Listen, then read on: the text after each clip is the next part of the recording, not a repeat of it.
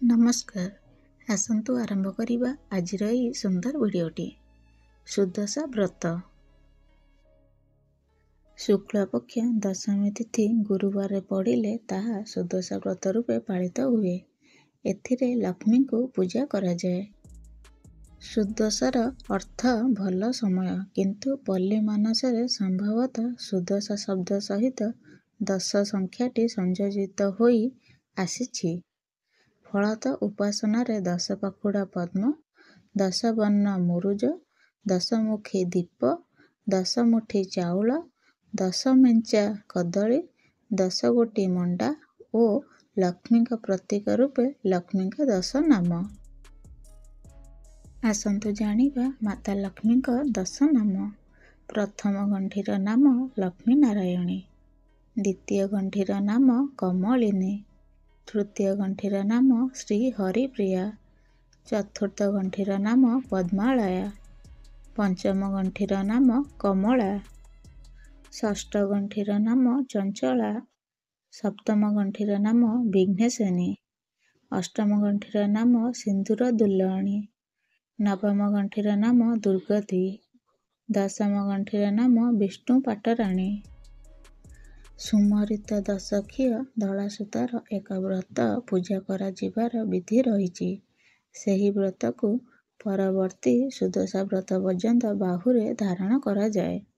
ଏହି ପର୍ବ ଓଡ଼ିଶାର ବିଶେଷତ୍ୱ। ଏହାକୁ କେବଳ ଓଡ଼ିଆ ମହିଳା ହିନ୍ଦୁମାନେ ପାଳନ କରିଥାନ୍ତି।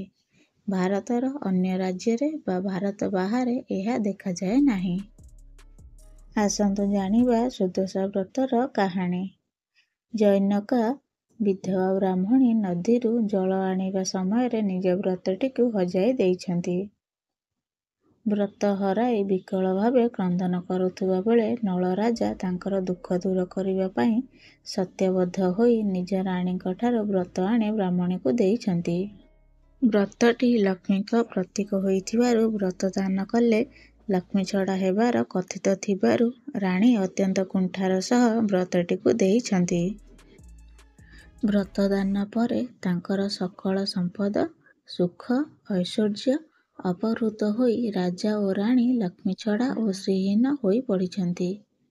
ଯାବତୀୟ ଦୁଃଖ ଦୁର୍ଦ୍ଦଶା ଭୋଗ କଲା ପରେ ରାଣୀ ପୁନଶ୍ଚ ଯଥାବିଧି ସୁଦଶା ବ୍ରତ ପାଳନ କରିବା ପରେ ସେମାନଙ୍କର ସମସ୍ତ ଅପହୃତ ସୁଖ ସୌଭାଗ୍ୟ ଫେରି ଆସିଛି। ସୁଦଶା ବ୍ରତ କେବେ ପଡ଼ୁଛି ଆସନ୍ତୁ ଜାଣିବା। ସୁଦଶା ବ୍ରତ 2025 ଜାନୁଆରୀ 9 ତାରିଖ ଗୁରୁବାର ଦିନ ପାଳନ କରାଯିବ। ନୂଆ ବ୍ରତଧାରୀମାନେ ଏହି ସୁଦଶା ବ୍ରତ ପାଳନ କରିପାରିବେ ନାହିଁ, କାରଣ ଏହା ପୌଷ ମାସରେ ପଡ଼ୁଛି। ଯଦି ଏହା ମାର୍ଗଶିର, ବୈଶାଖ, ମାଘ ମାସରେ ପଡ଼ିଥାନ୍ତା ତେବେ କରିପାରିଥାନ୍ତେ। ପୌଷ ମାସରେ ଶୁଭ କାର୍ଯ୍ୟ ଆରମ୍ଭ କରାଯାଏ ନାହିଁ। ତେଣୁ ନୂଆ ବ୍ରତଧାରୀମାନେ ଆଗକୁ ଆସୁଥିବା ସୁଦଶା ବ୍ରତକୁ ଅପେକ୍ଷା କରିବା ଉଚିତ। ନୂଆ ବ୍ରତଧାରୀମାନେ ବ୍ରତ ନ ବାନ୍ଧି ମଧ୍ୟ ଶ୍ରଦ୍ଧାପୂର୍ବକ ମାତା ଲକ୍ଷ୍ମୀଙ୍କୁ ପୂଜା ଅର୍ଚ୍ଚନା କରିପାରିବେ। ସକାଳୁ ଘର ସଫା କରି, ଚିତା ପକାଇ, କଳସ ସ୍ଥାପନ କରି ମାତା ଲକ୍ଷ୍ମୀଙ୍କୁ ପୂଜା ଅର୍ଚ୍ଚନା କରି ବିଭିନ୍ନ ପ୍ରକାର ପ୍ରସାଦ ତିଆରି କରି ବା 10ଟି ମଣ୍ଡା ପିଠା କରି ପୂଜା ଅର୍ଚ୍ଚନା କରି ମାତା ଲକ୍ଷ୍ମୀଙ୍କ ଆଶୀର୍ବାଦ ପାଇପାରିବେ।